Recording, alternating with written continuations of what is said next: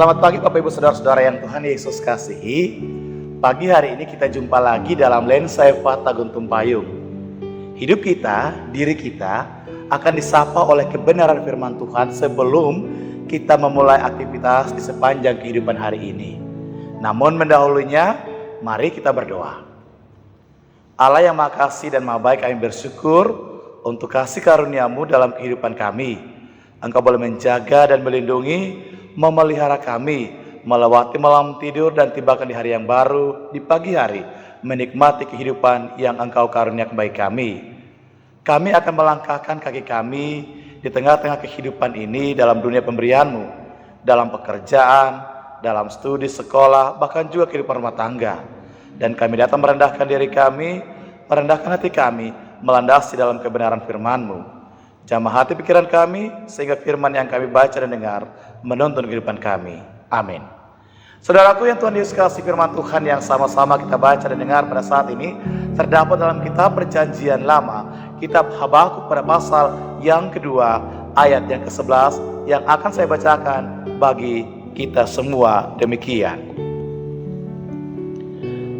Sebab batu berseru-seru dari tembok dan balok menjawabnya dari rangka rumah. Bapak Ibu Saudara-saudaraku yang Tuhan Yesus kasih, tema kita di pagi hari ini adalah kejahatan tidak dapat disembunyikan. Kejahatan tidak dapat disembunyikan. Jenderal Sudirman pernah berkata demikian, saudara-saudaraku yang Tuhan Yesus kasih, bahwa kejahatan akan menang bila orang yang baik, orang yang benar itu tidak melakukan apa-apa. Kejahatan itu akan menang bila orang benar tidak melakukan apa-apa. Apa yang hendak dikatakan dari pernyataan dari Jenderal Sudirman ini? Apa yang dikatakan dari ucapan Sang Jenderal bagi kita semua dalam firman Tuhan saat ini juga? Apa yang hendak dikatakan ketika kita akan menjalani kehidupan di sepanjang hari ini? Yang hendak dikatakan saudara-saudara yang terkasih adalah tidak ada lagi orang yang dapat melakukan kejahatan jika orang benar itu dapat membela kebenaran di tengah-tengah perjalanan hidup ini. Tidak ada lagi orang yang dapat melakukan kejahatan ketika ada orang baik yang dapat melakukan sebuah kebenaran dalam hidup ini. Saudara-saudaraku yang Tuhan Yesus kasihi, sehebat apapun kejahatan itu, jika ada saja satu orang yang berbuat baik, jika ada saja satu kebaikan dalam hidup ini, maka kejahatan itu dapat dikalahkan. Semua orang tidak suka dengan yang namanya kejahatan. Saudara ataupun saya, suami, istri kita, keluarga kita, anak-anak kita pun tidak suka dengan yang namanya kejahatan. Kita semua tidak suka dengan yang namanya kejahatan. Kenapa saudara dan saya, kita semua tidak suka dengan yang namanya kejahatan dalam hidup ini?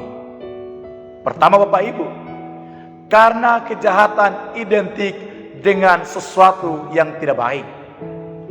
Bahkan kejahatan itu selalu kita tentang dalam hidup ini. Namun dalam realita Bapak Ibu, kejahatan itu seringkali kita jumpai dalam hidup ini.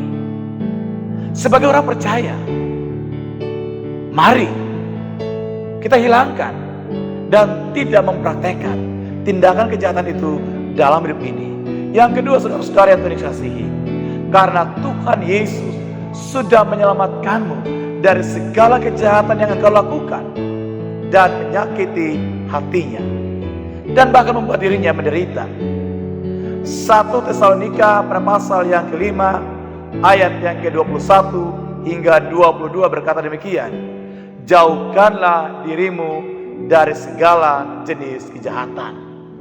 Firman Tuhan saat ini berulang-ulang kali memberi peringatan bagi saudara dan saya, bahkan juga umat Tuhan dalam bacaan firman Tuhan saat ini, bahwa setiap tindakan kejahatan yang dilakukan itu pasti dihukum oleh Tuhan. Firman Tuhan berkata, celakalah orang yang mengambil laba yang tidak halal untuk keperluan rumahnya. Celakalah orang yang mendirikan kota di atas darah dan di atas ketidakadilan. Celakalah orang yang memberi minum dengan amarah. Celakalah orang yang mengatakan sebuah ketidakbenaran. Kemarahan Tuhan itu, Bapak Ibu Saudara-saudara yang Tuhan Yesus kasihi, dinyatakan melalui kalimat-kalimat celakalah. Celakalah. Karena itu saudaraku yang Tuhan Yesus kasihi, jauhilah kejahatan dalam hidupmu. Buanglah jauh-jauh tindakan untuk melakukan kejahatan itu dari hati dan pikiranmu. Dan hiduplah dengan baik. Hiduplah dengan baik dan benar di hadapan Tuhan, sebagai wujud engkau mensyukuri hidupmu yang sudah diselamatkan oleh Yesus melalui pengorbanannya di tiang kayu salib. Selamat menjalani kehidupan di hari ini dalam setiap aktivitas, dan jauhilah kejahatan. Tuhan Yesus memberkati hidupmu. Amin. Mari kita berdoa. Kami bersyukur untuk kehidupan yang diberkati Engkau. Bersyukur untuk firman yang boleh menyapa kami. Biarlah Engkau meteraikan firman itu dalam kehidupan kami ketika kami akan melangkahkan kaki di tengah-tengah aktivitas dalam panggilan hidup di sepanjang hari ini. Biarlah kami dapat melawan setiap tindakan kejahatan, dan tolong kami juga agar tidak jatuh dalam tindakan kejahatan. Berkati hidup kami, bimbing dan tuntun kami dalam seluruh aktivitas di tengah-tengah perjalanan kehidupan sepanjang hari ini. Ini doa kami ya Tuhan Yesus. Dalam nama-Mu kami bersyukur dan berdoa. Amin.